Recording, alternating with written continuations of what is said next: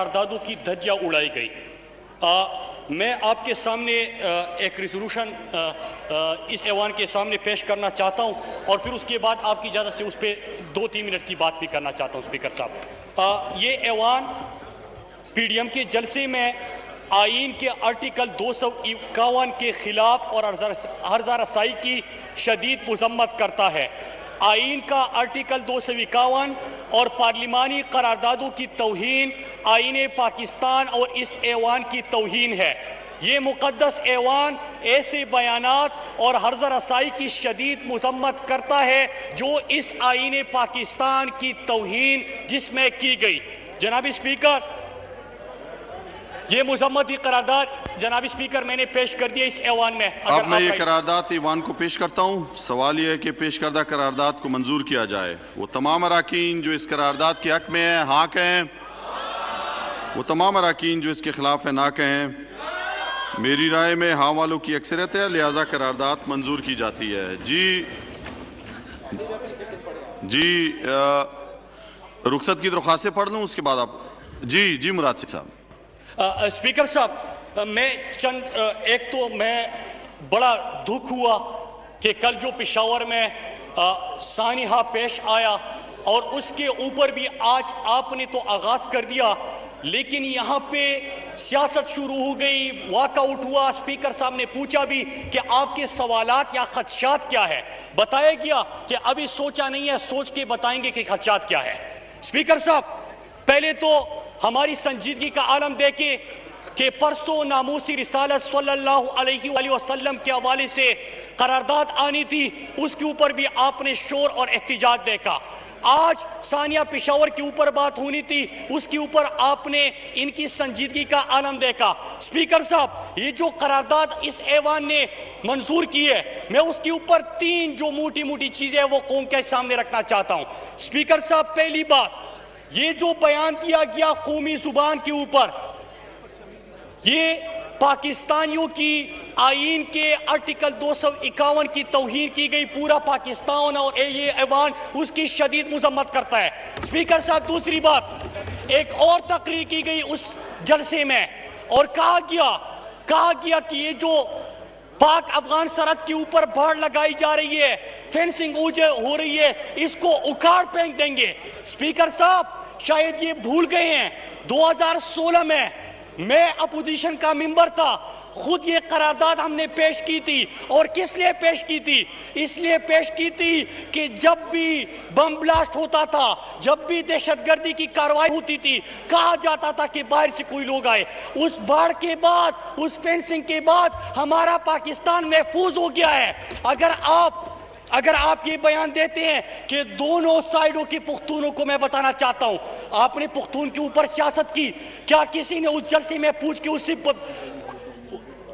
उससे पूछा कि तुम्हारा भाई पिछले दौर में गवर्नर था, तुम खुद वहां पे हुकूमत की इत्तेहादी थे, तुमने पुख्तूनों के लिए क्या किया था? क्या उनके लिए कोई तरक्याती काम, उनकी महरूमियों का अजाला ये आपने किया?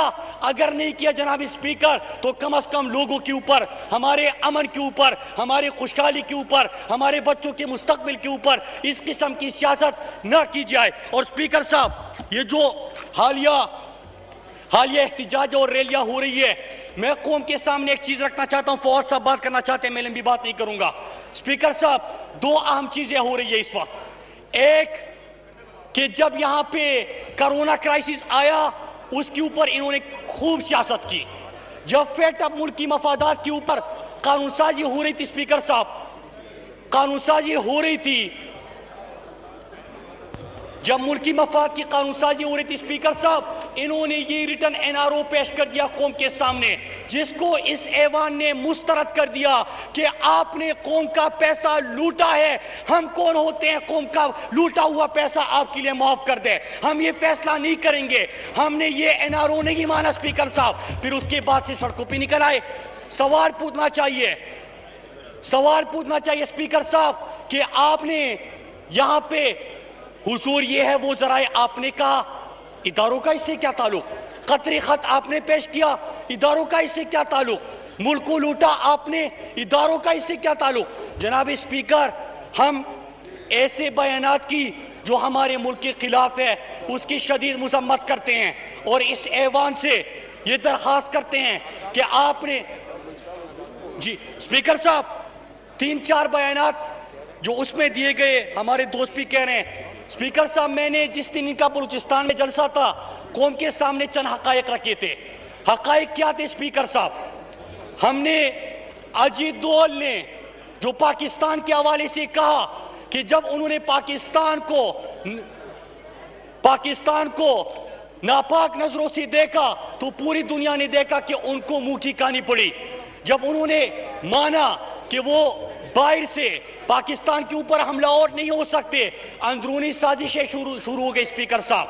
और अजीत दोवल का बयान आपने सुना होगा कि पाकिस्तान में किस किस्म के फसादात बलूचिस्तान के नाम पे, पुख्तूनों के नाम पे, सिंधियों के नाम पे, सुन्नी शिया फसादात, ये फसादात करवाए जाएंगे जनाब स्पीकर। और उनके जलसे में ही, उनके स्टेट से ही आजाद बलूचिस्तान का नारा लगा। ये ऐवान जी मुराद सईद साहब, ये 4 चीजें मज़ार कायद पे जो हुआ उसकी ये ऐवान शदीद अल्फाज में मुजम्मत करती है। कायद के पाकिस्तान के साथ जो आपने करना था वो दुनिया ने देख लिया। कायद के मज़ार का एक सिंबॉलिक रिस्पेक्ट था। शर्म आनी चाहिए इन लोगों की कि बेसी मेरे मुल्क के अंदर मज़ार कायद की तौहीन की हो ही नहीं रही, बेस किसी और इशूज के ऊपर हो रही है स्पीकर साहब। दूसरी चीज, जो आजाद बलूचिस्तान का नारा लगाया गया, मैं लानत भेजता हूं ऐसे लोगों पे जो इंडिया के मौकफ को, नजरी को और सोच को फरोग देते हैं। जो उर्दू जबान के हवाले से, जो मेरी कौमी जबान है, आर्टिकल 251 कहता है, आईन पाकिस्तान कहता है, उसकी तौहीन की गई, हम उस पर भी लानत भेजते हैं, हम उसकी भी भरपूर मजम्मत करते हैं। स्पीकर साहब, जो आपको ये रिटर्न एनआरओ आपने दिया था और जब आपको ये नहीं मिला तो आप मेरे मुल्क के खिलाफ अर्ज़ा रसाई करोगे, आप अजीत दोवल के बयानी को, मोदी की सोच को फरोग दोगे। जनाब स्पीकर, इस वक्त पाकिस्तान के खिलाफ अंदरूनी और बैरूनी दोनों साजिशें हो रही है। साजिशें इसलिए कि कश्मीर जो 54 साल तक अक़वाम मुत्तहिदा UN सिक्योरिटी काउंसिल में डिस्कस नहीं हो रहा था, इमरान खान के आने के बाद 1 साल में 3 दफा कश्मीर के ऊपर बहस होती है। जनाब स्पीकर, दूसरी बात, खत्म नबूवत के ऊपर हमेशा हमारे मुसलमानों की दिल आज़ारी होती थी। नामूस रिसालत पे हम सब की जान कुर्बान, किसी ने जिक्र नहीं किया। इमरान खान ये मुकदमा आलमी दुनिया के सामने लेके गया, अक़वाम मुत्तहिदा में लेके गया। पैगाम गूंजा दीन का, पैगाम गूंजा इस्लाम का, पैगाम गूंजा खत्म नबूवत का, पैगाम गूंजा मदीना की रियासत का। स्पीकर साहब, और जब फ़लस्तीन की बात की इमरान खान ने, तो क्या जो बैरूनी ताकतें हैं वो इमरान खान के खिलाफ साजिशें शुरू नहीं हुई? मैं इनको बताना चाहता हूं स्पीकर साहब, इनका मसला ये एनआरओ है, हमने इसको तरदीद की थी। मैं आज फिर इनके सामने पढ़ता हूं कि जितनी कोशिश करनी है करो, ये एनआरओ आपको नहीं मिलेगा। कागज ना फाड़ें, बिल्कुल आपको ये एनआरओ नहीं मिलेगा। इजाजत नहीं देता कि आप कागज फाड़ के फेंके। स्पीकर साहब, ये एनआरओ इन्होंने मांगा था, ये इस ऐवान की, पाकिस्तानी कौम की तौहीन है, हम ये इनको नहीं देंगे। आप पाकिस्तान के खिलाफ साजिशों का हिस्सा ना बने। मैं फिर बता दूं स्पीकर साहब, इनकी इतनी औकात नहीं है जो लंदन बैठा हुआ है, वो खुद करप्ट, चोर, सर्टिफाइड साबित होकर वहां पे बैठा हुआ है। स्पीकर साहब, अदालतों ने उसको सर्टिफाइड ना एहल, सादिक और अमीन नहीं ये डिक्लेयर किया है, मतलब झूठा है और करप्ट है। स्पीकर साहब, हम उनको बताना चाहते हैं, हम उम्मीद करते हैं, हम उम्मीद करते हैं स्पीकर साहब कि स्पीकर साहब, हम उम्मीद करते हैं कि जो आईन पाकिस्तान की करारदादें मैंने सामने रखी, जो आर्टिकल सामने रखे, जो आर्टिकल जो आर्टिकल्स मेरे सामने रखे स्पीकर साहब, मैं उम्मीद करता हूं कि ये भी इस बयानिए को मुस्तरद करेंगे। मैं उम्मीद करता हूं कि आलमी ताकतें या साजिशें तो हो रही होगी, इंडिया और इस्राइल तो साजिशें कर रहा होगा, लेकिन यहाँ पे कोई नादानी में उसके मोहरे का किरदार अदा नहीं करेगा। मैं उम्मीद करता हूं कि कायद का नाम तो लेते हैं, आज कायद के लिए आप उठ के उसकी मजम्मत करें। आप उर्दू का नाम ते लेते हैं, उसके लिए उठ के आप इसकी तरदीद करें। फलस्तीन और मुसलमानों की बात तो करते हैं, उसके लिए उठ के आप इनके बयानात की मजम्मत करें। अल्लाह पाकिस्तान को हमेशा सलामत रखेगा इंशाअल्लाह। कायद का पाकिस्तान सही मानों में बनाएंगे और दुश्मन की नापाक अज़ाइम को खाक में मिलाएंगे। जी जनाब राज